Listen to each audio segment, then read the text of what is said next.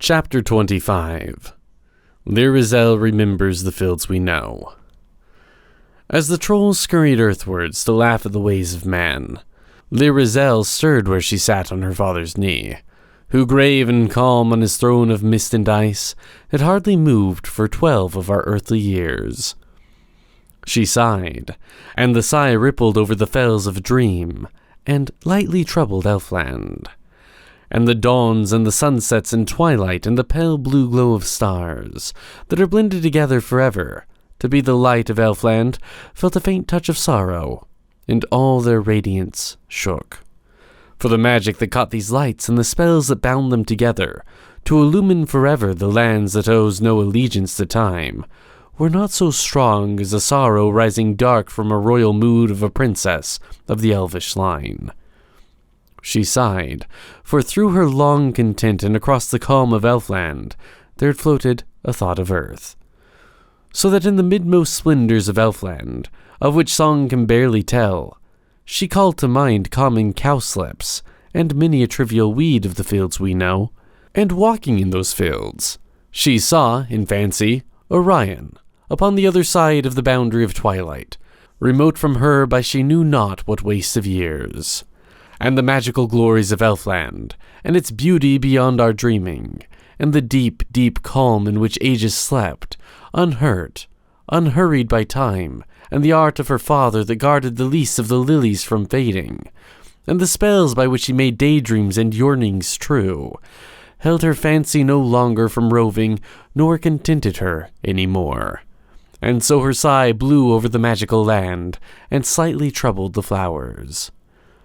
And her father felt her sorrow, and knew that it troubled the flowers, and knew that it shook the calm that lay upon Elfland, though no more than a bird would shake a regal curtain, fluttering against its folds, when wandering lost upon a summer's night.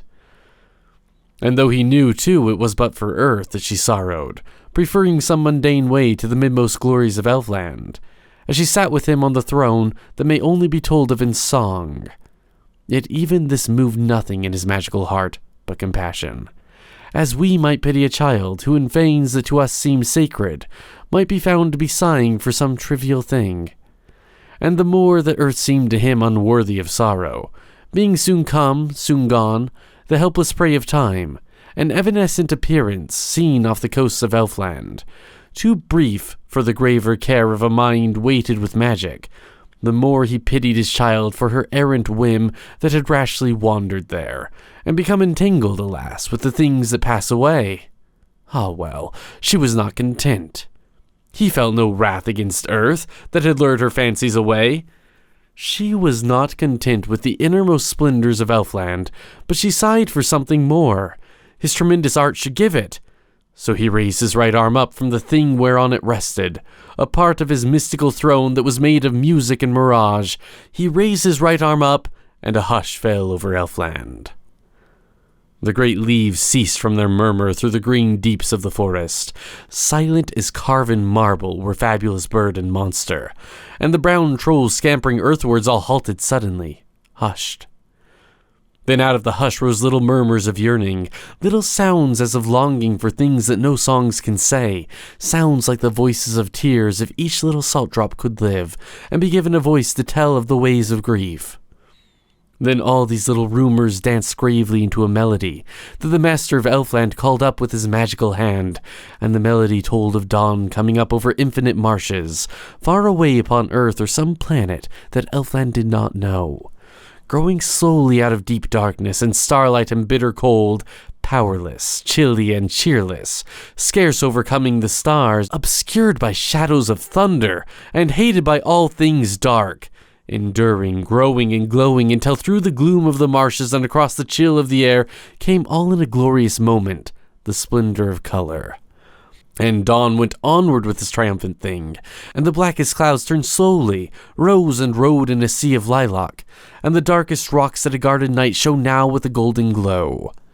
And when his melody could say no more of this wonder, that had forever been foreign to all the elvish dominions, then the king moved his hand where he held it high, as one might beckon to birds, and called up a dawn over Elfland, luring it from some planet of those that are nearest the sun. and fresh and fair though it came from beyond the bourne of geography, and out of an age long lost and beyond history's ken, a dawn glowed upon Elfland that had known no dawn before. And the dewdrops of Elfland slung from the bended tips of the grasses gathered in that dawn to their tiny spheres and held there shining and wonderful that glory of skies such as ours, the first they had ever seen. And the dawn grew strangely and slowly over those unwonted lands, pouring upon them the colors that day after day our daffodils, and day after day our wild roses, through all the weeks of their season drink deep with voluptuous assemblies and utterly silent riot. And a gleam that was new to the forest appeared on the long strange leaves, and shadows unknown to Elfland slipped out from the monstrous tree boles, and stole over grasses that had not dreamed of their advent, and the spires of that palace, perceiving a wonder, less lovely indeed than they, yet knew that the stranger was magic, and uttered an answering gleam from their sacred windows that flashed over elvish fells like an inspiration and mingled a flush of rose with the blue of the elfin mountains. And watchers on wonderful peaks that gazed from their crags for ages, lest from earth or from any star should come a stranger to Elfland, saw the first blush of the sky as it felt the coming of dawn, and raised their horns and blew that call that warned Elfland against the stranger. And the guardians of savage valleys lifted horns of fabulous bowls, and blew the call again in the dark of their awful precipices. And echo carried it on from the monstrous marble faces of rocks, that repeated the call to all their barbarous company.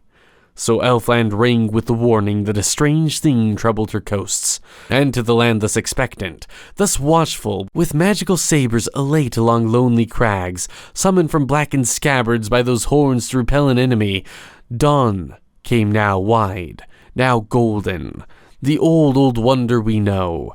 And the palace with every marvel, and with all its charms and enchantments, flashed out of its ice-blue radiance a glory of welcome or rivalry, adding to Elfland a splendor of which only song may say. It was then that the Elfin King moved his hand again, where he held it high by the crystal spires of his crown, and waved away through the walls of his magical palace, and showed to Lyrizel the unmeasured leagues of his kingdom. And she saw by magic, for so long as his fingers made that spell, the dark green forests and all the fells of Elfland, and the solemn pale blue mountains, and the valleys that weird folk guarded, and all the creatures of fable that crept in the dark of huge leaves, and the riotous trolls as they scampered away towards earth. She saw the watchers lift their horns to their lips, while there flashed a light on the horns that was the proudest triumph of the hidden art of her father, the light of a dawn, lured over unthinkable spaces to appease his daughter, and comfort her whims and recall her fancies from earth. She saw the lawns whereon time had idled for centuries, withering not one bloom of all the boundary of flowers, and the new light coming upon the lawns she loved, through the heavy color of Elfland, gave them a beauty that they had never known until dawn made this boundless journey to meet the enchanted twilight. And all the while there glowed and flashed and glittered those palace spires of which only song may tell. From that bewildering beauty he turned his eyes away and looked in his daughter's face to see the wonder with which she would welcome her glorious home as her fancies came back from the fields of age and death, whither, alas, they had wandered. And though her eyes were turned to the elfin mountains, whose mystery and whose blue they strangely matched, yet as the Elf King looked in those eyes for which alone he had lured the dawn so far from its natural courses, he saw in their magical deeps a thought of earth. A thought of earth, though he had lifted his arm and made a mystical sign with all his might to bring a wonder to Elfland that should content her with home. And all his dominions had exulted in this, and the watchers on awful crags had blown strange calls, and monster and insect and bird and flower had rejoiced with a new joy, and there, in the center of Elfland, his daughter thought of earth. Had he shown her any wonder but dawn, he might have lured home that fancy. But in bringing this exotic beauty to Elfland, to blend with its ancient wonders, he awoke memories of morning coming over fields that he knew not, and Lyrizel played in fancy in fields once more with Orion, where grew the unenchanted earthly flowers amongst the English grasses. "Is it not enough?" he said in his strange, rich, magical voice, and pointed across his wide lands with the fingers that summoned wonder. she sighed. It was not enough. And sorrow came upon that enchanted king. He had only his daughter, and she sighed for earth. There had been once a queen that had reigned with him over Elfland, but she was mortal, and being mortal, died. For she would often stray to the hills of earth to see the May again, or to see the beech woods in autumn. And though she stayed but a day, when she came to the fields we know, and was back in the palace beyond the twilight before our sun had set, yet time found her whenever she came. And so she wore away, and soon she died in Elfland, for she was only a mortal. And wandering elves had buried her, as one buries the daughters of men. And now the king was all alone with his daughter, and she had just sighed for earth. Sorrow was on him. But out of the dark that sorrow arose, as often with men, and went up singing out of his mourning mind, and inspiration gleaming with laughter and joy. He stood up then, and raised up both his arms, and his inspiration broke over Elfland in music. And with the tide of that music there went like the strength of the sea an impulse to rise and dance, which none in Elfland resisted.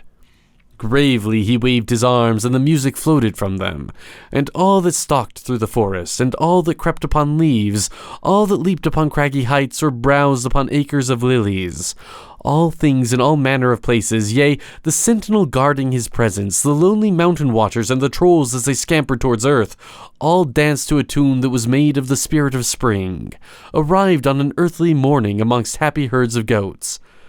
And the trolls were very near to the frontier now, their faces already puckered to laugh at the ways of men.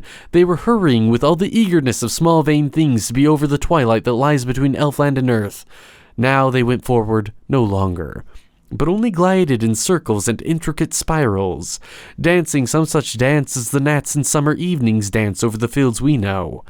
And grave monsters of fable in deeps of the ferny forest danced minuets that witches had made of their whims and their laughter, long ago in their youth, before cities had come to the world. And the trees of the forest heavily lifted slow roots out of the ground and swayed upon them, uncouthly, and then danced as on monstrous claws, and the insects danced on the huge waving leaves, and in the dark of long caverns weird things in enchanted seclusion rose out of their age-long sleep, and danced in the damp. And beside the wizard king stood, swaying slightly to the rhythm that had set dancing all magical things, the Princess Lyrizel, with that faint gleam on her face that shone from a hidden smile, for she secretly smiled forever at the power of her great beauty. And all in a sudden moment, the Elf King raised one hand higher, and held it high, and stilled all that danced in Elfland, and gripped by a sudden awe all magical things, and sent over Elfland a melody all made of notes he had caught from wandering inspirations that sing and stray through limpid blue beyond our earthly coasts. And all the land lay deep in the magic of that strange music. And the wild things that earth had guessed at, and the things hidden even from legend, were moved to sing age-old songs that their memories had forgotten, and fabulous things of the air were lured downwards out of great heights, and emotions, unknown and unthought of, troubled the calm of Elfland. The flood of music beat with wonderful waves against the slopes of the grave blue elfin mountains, till their precipices uttered great bronze-like echoes. On earth no noise was heard of music or echo, not a note came through the narrow border of twilight, not a sound, not a murmur. Elsewhere those notes ascended, and passed like rare strange moths through all the fields of heaven, and hummed like untraceable memories about the souls of the blessed. And the angels heard that music, but were forbidden to envy it. And though it came not to earth, and though never our fields have heard the music of Elfland, yet there were then, as there have been in every age, lest despair should overtake the peoples of earth, those that make songs for the need of our grief and our laughter. And even they heard never a note from Elfland across the border of twilight that kills their sound, but they felt in their minds the dance of those magical notes, and wrote them down, and earthly instruments played them. Then, and never till then, have we heard the music of Elfland. For a while the Elf King held all things that owed him allegiance, and all their desires, and wonders, and fears, and dreams, floating drowsy on tides of music that was made of no sounds of earth, but rather of that dim substance in which the planets swim, with many another marvel that only magic knows. And then as all Elfland was drinking the music in, as our earth drinks in soft rain, he turned again to his daughter, with that in his eyes that said, "What land is so fair as ours?" And she turned towards him to say, "Here is my home forever." Her lips were parted to say it, and love was shining in the blue of her elfin eyes. She was stretching her fair hands out towards her father, when they heard the sound of the horn of a tired hunter, wearily blowing by the border of earth.